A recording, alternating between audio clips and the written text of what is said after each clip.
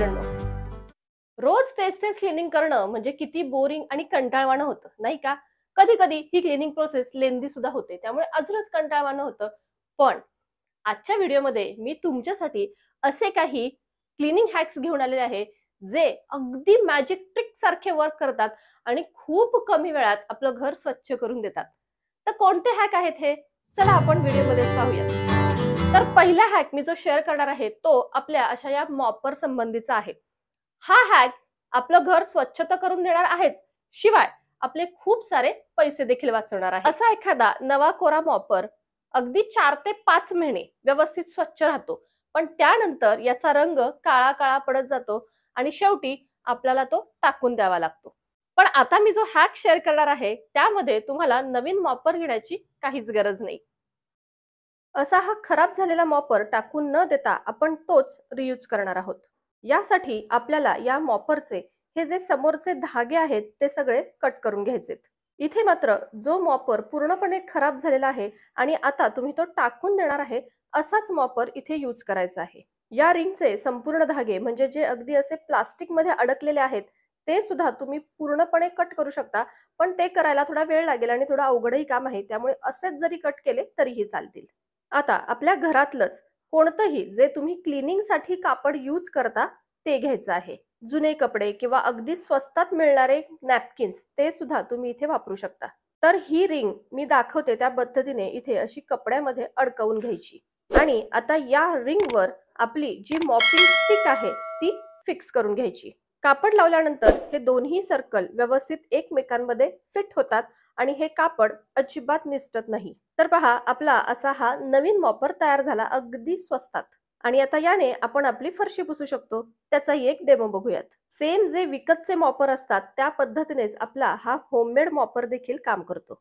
आपल्याकडे काय जुने कपडे भरपूर असतात आणि अगदी नवीन जरी तुम्ही नॅपकिन घ्यायचा म्हटला फरशी पुसण्यासाठी तरी सुद्धा तसे नॅपकिन 15 ते 20 रुपयामध्ये एक याप्रमाणे मिळतात. आणि हा मॉपिंग हेड घ्यायचं म्हटलं तर डीमार्ट मध्ये तो 80 रुपयाला मिळतो.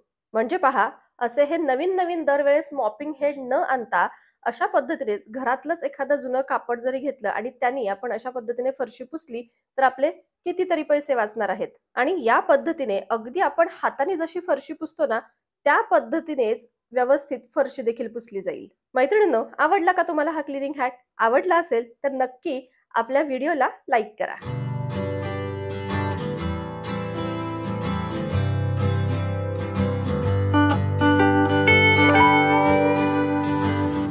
रोजच्या स्वयंपाकामुळे किचनमध्ये टाईल्सवर किंवा कॅबिनेट्सवर एकदम तेलकट आणि चिकट थर जमा होतो. माझ्याही कॅबिनेट्सवरती तो झालेला आहे आणि तो एवढा चिकट थर झालेला कसा स्वच्छ करायचा हा मात्र खूप मोठा प्रश्न असतो. मलाही असंच टेन्शन आलं होतं की एवढा हा जो काही थर साठलेला आहे तो आता कसा स्वच्छ करायचा. पण आज मी तुमच्याबरोबर असं एक मॅजिक सोल्युशन शेअर करणार आहे, जे सोल्युशन हा सगळा थर आहे तो अगदी 2 मिनिटात काढून देईल. हा, पण आधीच एक गोष्ट क्लिअर करते की हे काही प्रमोशन नाहीये. या स्प्रेचे बरेचसे रिव्ह्यूज मी पाहिले तर खूप छान रिव्ह्यूज आहेत ऑनलाईन, प्लस काही व्हिडिओज देखील पाहिले आणि त्यातून मला असं वाटलं की हा स्प्रे खरंच ऑर्डर करायला हवा. त्यामुळे हा जो स्प्रे आहे तो मी स्वतः ऑर्डर केलेला आहे. माझ्याकडे तरी अगदी मॅजिकली हा स्प्रे वर्क केलेला आहे, म्हणजे अगदी सगळं क्लीन चकाचक करून दिलेलं आहे. त्यामुळे आता मी तो तुमच्याबरोबर शेअर करत आहे. तर पहा, माझ्या या कॅबिनेट्सवर असा हा तेलकट चिकट थर चढलेला आहे आणि त्यावर धूळ देखील बसलेली आहे, त्यामुळे ते आणखीनच काळे झालेत. आणि आता हे स्वच्छ करणं म्हणजे खरं तर अवघड काम आहे. आणि त्याचप्रमाणे जिथे माझा हात पोचत नाही रोजच्या रोज क्लीन करायला, अशा टाईल्स देखील अगदी चिकट झाल्यात. आणि आता हे सगळं व्यवस्थित स्वच्छ करण्यासाठी मी मागवलेला आहे हा किचन क्लीनर. तर आता तुम्ही याचा रिझल्ट पाहाच की हा स्प्रे हे सगळं कसं झटपट क्लीन करून देतो ते. तर आधी मी एक जस्ट ट्रायल म्हणून हा जो पहिला चौकोन इथे दिसतो आहे ना, तिथे फक्त स्प्रे केला होता आणि तो चौकोन फक्त आधी क्लीन करून घेतलेला. तर हा फोम स्प्रे आहे. अशा पद्धतीने तो हा सगळीकडे असा स्प्रे करून घ्यायचा आहे आणि त्यानंतर मी एका ब्रशच्या साहाय्याने हा जो फोम आहे तो असा जिथे जिथे जागा शिल्लक राहिली होती तिथे सगळीकडे स्प्रे करून ठेवला आणि एक 5 मिनिटाचा रेस्टिंग टाइम दिला. 5 ते 10 मिनिटात हा फोम जो काही चिकट थर असतो त्याबरोबर रिॲक्ट होतो. आणि आता 5 मिनिटानंतर जर तुम्ही पाहाल तर हा फोम व्यवस्थित डिझॉल्व्ह झालेला आहे. आणि पहा, नुसतं मी साधं बोट जरी फिरवलं ना तरी हा वरचा जो चिकट थर आहे तो निघतोय. पण मी आता एक घासणी घेतलेली आहे आणि अगदी हळुवार हातानं हे सगळं घासून घेणार आहे. तर पहा, आता तुम्ही पाहू शकता, अगदी हलक्या हाताने मी ही घासणी फिरवतीये तरी देखील हा जो चिकट थर आहे तो व्यवस्थित रिमूव्ह होतो आहे. आणि आता यानंतर एका क्लीन नॅपकिनने पुसून घ्यायचं. तर पहा, अगदी बऱ्यापैकी क्लीन झालेलं आहे. माझा जरा जास्तच चिकट थर होता, त्यामुळे आता मला याच्यावरती पुन्हा एकदा सेकंड लेयर अप्लाय करावा लागणार आहे. पण आता मी या संपूर्ण कॅबिनेटवर हा फोम स्प्रे करणार आहे आणि व्यवस्थित घासणीच्या साहाय्याने तो स्प्रेड करून घेणार आहे. त्याचबरोबर टाईल्स देखील. तर जिथे जिथे असा चिकट थर जमा झालेला आहे त्यावर मी आता स्प्रे करून घेणार आहे.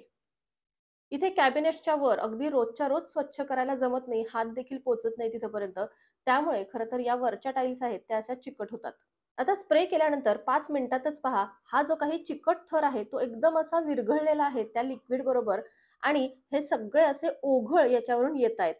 म्हणजे ऑलमोस्ट न घासताच हा जो काही चिकट थर आहे तो सगळा तिथून निघायला सुरुवात झालेली आहे. पण तरी देखील मी एकदा घासणीनं अगदी वरच्यावर अल्लाद हाताने फिरवून घेणार आहे, म्हणजे अगदी सगळं जे काही चिकट झालं असेल ते सगळं निघून येईल. आणि आता पहा मॅजिक, मी फक्त या नॅपकिननी आता वाईप करून घेते आहे आणि तुम्ही बघू शकता अगदी पांढरी शुभ्र टाईल्स इथे झालेली आहे, पूर्णपणे स्वच्छ चकाचक. तर याच पद्धतीने पहा, मी सगळ्या टाईल्स व्यवस्थित स्वच्छ करून घेतलेल्या आहेत. तुमच्याकडे जर चिमणी असेल ना तर त्यावर देखील असाच तेलकट थर साठतो, बरोबर ना? तर तो देखील या स्प्रेनी अगदी व्यवस्थित 10 मिनिटात स्वच्छ होणार आहे. तर इथे डिफरन्स तर तुम्ही बघू शकता, पांढऱ्या शुभ्र एकदम टाईल्स माझ्या झालेल्या आहेत. आणि आता आपण वळूयात कॅबिनेट्सकडे. तिथे देखील मी आधी हा स्प्रे करून ठेवला होता, तर तो देखील मी थोडंसं घासणीच्या साहाय्याने अगदी हलक्या हाताने घासून घेते आहे. 10 ते 15 मिनिटं झाले असतील हा स्प्रे करून. आणि पहा, सगळा जो थर आहे तो व्यवस्थित कसा निघतो आहे.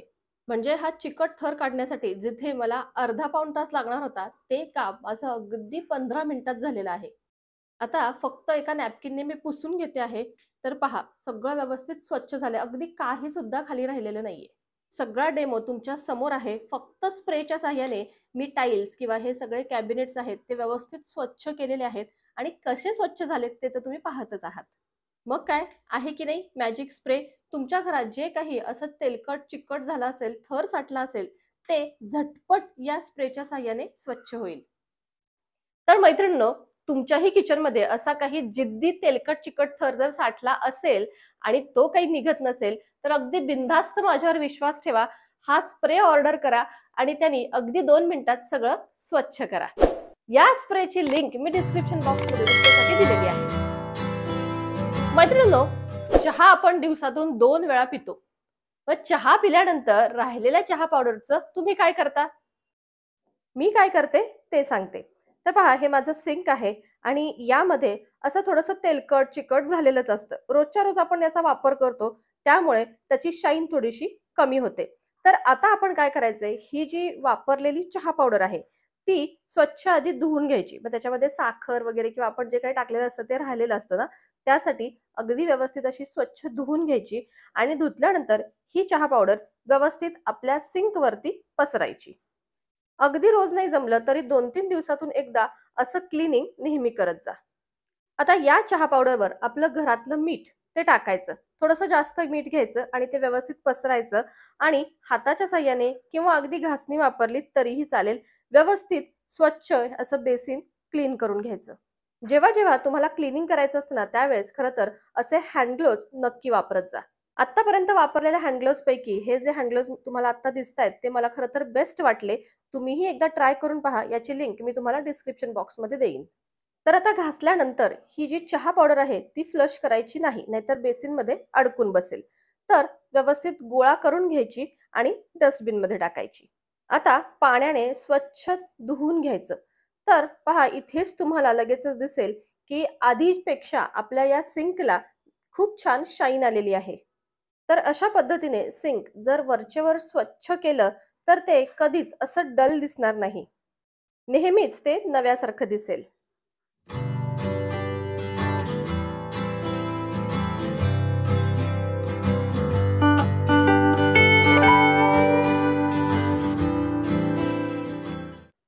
पुढचा अगदी सोपा हॅक आपली तांब्या पितळाची भांडी स्वच्छ करण्यासाठीचा आहे. तर पहा, मी व्हिनेगर घेतलेलं आहे. माझ्याकडे जेवढं व्हिनेगर अवेलेबल होतं तेवढं मी सगळं यामध्ये घेतलेलं आहे आणि त्यामध्ये 1 चमचा मीठ टाकलेलं आहे.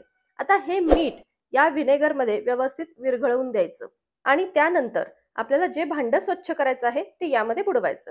तर पहा, माझ्याकडे हा तांब्या आहे, खराब झालेला आहे, तर तो मी आधी तुम्हाला दाखवते की कसा झटपट स्वच्छ होतोय. तर फक्त अगदी 1 मिनिटासाठी मी तांब्या या लिक्विडमध्ये ठेवलेला आहे आणि तुम्ही खाली बघू शकता डिफरन्स कसा व्यवस्थित स्वच्छ झालेला आहे. फक्त मी डीप केलाय, काहीही घासलेलं नाहीये, तरी देखील तो इतका स्वच्छ झाला. तर या अशा सोल्युशनने आपण अगदी झटपट अशी तांब्या पितळेची भांडी स्वच्छ करू शकतो.